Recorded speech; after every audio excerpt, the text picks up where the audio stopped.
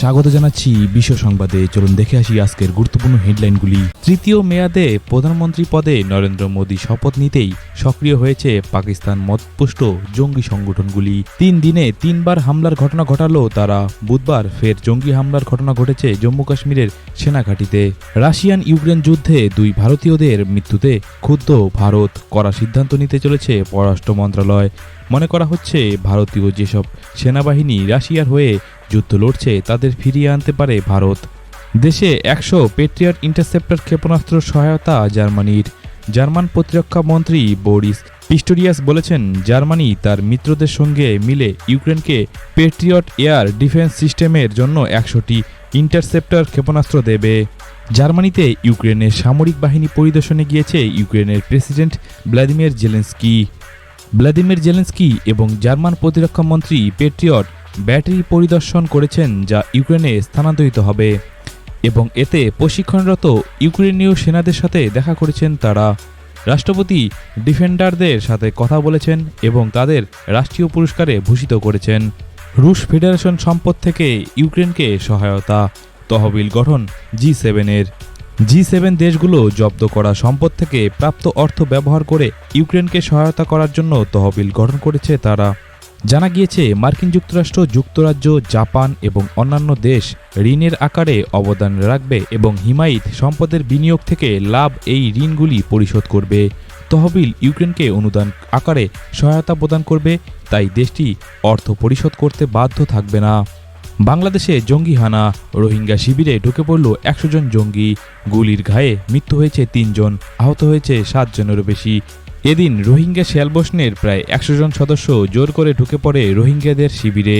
2017 সালে মায়ানমার থেকে বিতাড়িত হয় রোহিঙ্গারা। প্রায় 10 লক্ষের কাছাকাছি রোহিঙ্গাদের আশ্রয় দিয়েছিল বাংলাদেশ, কিন্তু তারপর থেকেই তাদের ওপর অনবরত হামলা চালানো হচ্ছে বলে অভিযোগ। শুধু তাই নয়, শিবির থেকে জোর করে তুলে নিয়ে গিয়ে কিশোর ও যুবকদের জঙ্গি গোষ্ঠীগুলিতে ভর্তি করা হচ্ছে বলে অভিযোগ উঠছে। ইসরায়েলি বন্দি শিবিরে প্যালেস্তানিদের ওপর ভয়াবহ নির্যাতন হচ্ছে, এমনই একটি অভিযোগ তুলল প্রভাবশালী গণমাধ্যম নিউ ইয়র্ক টাইমস। মার্কিন যুক্তরাষ্ট্রের বাসিন্দা চেরিস 2 বছর আগে ভারতের রাজস্থানে আসে ঘুরতে এবং গয়না কেনে। বিদেশি পর্যটককে 300 টাকার গয়না বিক্রি করে 6 কোটি আত্মসাৎ করে এক ব্যবসায়ী, এমনটাই অভিযোগ করছে। 2 বছর আগে ভারতে এসে রাজস্থানের এক ব্যবসায়ী থেকে গয়না কিনেছিল চেরিস। ওই ব্যবসায়ী তাকে হলমার্কযুক্ত সার্টিফিকেট দেওয়া গয়নাও দিয়েছিল। সাম্প্রতি একটি অনুষ্ঠানে গিয়ে তারা জানতে পারে ওই গয়নাটির আসল মূল্য মাত্র 300 টাকা। দিশেহারা চেরিস কয়েকজনের সঙ্গে কথা বলে ভারতে আসার সিদ্ধান্ত নেয়। দেশের মাটিতে পা দিয়েই সোজা চলে যায় জয়পুরের সেই সোনার দোকানে। যদিও দোকানের মালিক গৌরব সোনি কোনো অভিযোগ মানতে চাননি। এরপর চেরিস স্থানীয় পুলিশের কাছে অভিযোগ জানায়, একই সঙ্গে মার্কিন দূতাবাসের সঙ্গেও যোগাযোগ করে। বর্তমানে সেই সোনার দোকানের মালিক পলাতক। হজ পালনে সৌদি আরবে থাকা তীর্থযাত্রীদের জন্য নতুন নিয়ম আনল সৌদি আরব সরকার। হজ যাত্রা চলাকালীন কোনো রকম রাজনৈতিক স্লোগান দেওয়া যাবে না বলে জানিয়েছে সে দেশের হজ মন্ত্রী তৌফিক আল রাবিয়া। ইসরায়েল ও হামাসের যুদ্ধের কথা মাথায় রেখেই সৌদি আরবের হজ ও ওমরাহ বিভাগের মন্ত্রী এই নিষেধাজ্ঞা জারি করেছে বলে জানা যাচ্ছে। ফার্স্ট লেডি সহ বিমান দুর্ঘটনায় মৃত্যু মালয়ীর ভাইস প্রেসিডেন্ট, প্রাণ হারালেন বিমানের বাকি 8 জন যাত্রীও। বিমানে মোট 10 জন যাত্রী ছিল, যার মধ্যে ভাইস প্রেসিডেন্ট এবং তার স্ত্রীও ছিল। বিমান দুর্ঘটনায় পূর্ব আফ্রিকার দেশ মালয়ীর ভাইস প্রেসিডেন্ট সালোস চিলিমা নিহত হয়েছেন। যাচ্ছিলেন শেষকৃত্য অনুষ্ঠানে যোগ দিতে। প্লেনে ওঠেন মালয়ীর ভাইস প্রেসিডেন্ট এবং তার স্ত্রী সহ মোট 10 জন। সেই বিমানটি খুঁজে পাওয়া যাচ্ছিল না এতদিন, তারপরই আসলো এই দুর্ঘটনার খবর। মর্মান্তিক মৃত্যু ঘটেছে প্লেনে থাকা 10 জন যাত্রীরই। পাহাড়ের জঙ্গলে মুখ থুবড়ে পড়ল উপরাষ্ট্রপতির সেই বিমানটি। ভারতে দ্বিতীয়বারের জন্য বিদেশমন্ত্রী পদে শপথ নিলেন এস জয়শঙ্কর। দ্বিতীয়বার বিদেশমন্ত্রীর দায়িত্বভার গ্রহণের সাথে সাথেই সন্ত্রাসবাদ, চীন ও পাকিস্তান সীমান্ত ইস্যুতে জোর দিলেন এস জয়শঙ্কর। একই সঙ্গে পাকিস্তানের সঙ্গে ভারতের নীতিগত অবস্থান স্পষ্ট করে দেন তিনি। পাকিস্তান যতক্ষণ ভারতের বিরুদ্ধে সন্ত্রাসবাদী কার্যকলাপ চালিয়ে যাবে, মদত দিতে থাকবে, ততক্ষণ দ্বিপাক্ষিক সম্পর্কের উন্নতির ক্ষেত্রে বাধা হয়ে দাঁড়াবে বলে প্রথম দিনই সাফ জানান ভারতের বিদেশমন্ত্রী এস জয়শঙ্কর। অন্যদিকে চীন সম্পর্কে তিনি বলেন, চীনের সঙ্গে সীমান্ত সমস্যা মেটানোয় সরকারের বিশেষ নজর থাকবে। রবিবার টি-20 বিশ্বকাপে পাকিস্তানকে মাত্র 6 বলে হারিয়ে জয় পেয়েছে ভারত। বিশ্বকাপের ইতিহাসে এখনও অবধি ভারত পাকিস্তান 7 বার মুখোমুখি হয়েছে, তার মধ্যে 6 বারই জয় ছিনিয়ে নিয়েছে টিম ইন্ডিয়া। রবিবার তেমনি এক রুদ্ধশ্বাস ম্যাচ ছিল, আর সেই ম্যাচ ঘিরে এক পাকিস্তানি ইউটিউবারকে গুলি করে হত্যা করার অভিযোগ উঠল এক নিরাপত্তা কর্মীর বিরুদ্ধে। ঘটনাটি ঘটেছে পাকিস্তানের করাচির মোবাইল মার্কেটের এলাকায়। উত্তর পূর্ব চীনের জিলিন প্রদেশের একটি উন্মুক্ত পার্কে এক ব্যক্তির ছুরির আঘাতে 4 মার্কিন নাগরিক আহত হয়েছেন।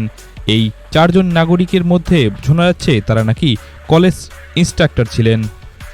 তারা চীনের একটি বিশ্ববিদ্যালয়ে মার্কিন অংশীদারিত্বের অংশ হিসেবে কাজ করছিলেন। মঙ্গলবার ভোরে থাইল্যান্ডের ব্যাংককের বিখ্যাত চাতুচাক বাজারে ভয়াবহ অগ্নিকাণ্ড ঘটে। এতে অন্তত 1000 প্রাণী মারা গেল, সেই সঙ্গে পুড়ে যায় অন্তত 100টি দোকান। ইয়েমেনের উপকূলে নৌকাডুবির ঘটনা। হর্ন অব আফ্রিকা থেকে আসা অন্তত 38 জন শরণার্থী নিহত হয়েছে। এছাড়া আরও 100 জন নিখোঁজ রয়েছে বলে জানা যাচ্ছে। জীবিতরা বলছে প্রায় 250 জনের জাহাজটি প্রবল হাওয়ার কারণে ডুবে যায়। নৌকায় যারা ছিল বেশিরভাগই অভিবাসী। জঙ্গিদের স্বর্গরাজ্য আফগানিস্তানে এসো, সন্ত্রাসবাদীদের উস্কে দিল আল কায়দা। বাইরে যে জঙ্গিরা রয়েছে তাদের আমন্ত্রণ জানালো আল কায়দা প্রধান। আন্তর্জাতিক জঙ্গি গোষ্ঠীর প্রধান সইফ আল আদিলের তরফে জানানো হয় যে জঙ্গিরা আফগানিস্তানের বাইরে তারা যাতে ওই দেশে গিয়ে সন্ত্রাসবাদের প্রশিক্ষণ দেয় এবং নেয়, এবং শেষ বিষয়ে বিবৃতি প্রকাশও করেছে তারা। পশ্চিমী দেশগুলোর বিরুদ্ধে জিহাদ ঘোষণা করা হয় আল কায়দার তরফে। প্রসঙ্গত, তালিবান 2.0 ক্ষমতা দখলের পর আফগানিস্তান কার্যত জঙ্গিদের নিরাপদ আশ্রয়ে পরিণত হয়েছে। কয়েকদিন আগেই চীন অরুণাচলের কিছু কিছু এলাকার নাম বদলে দিয়েছিল, এমনকি অরুণাচলের নাম তারা উল্টে দিয়েছিল।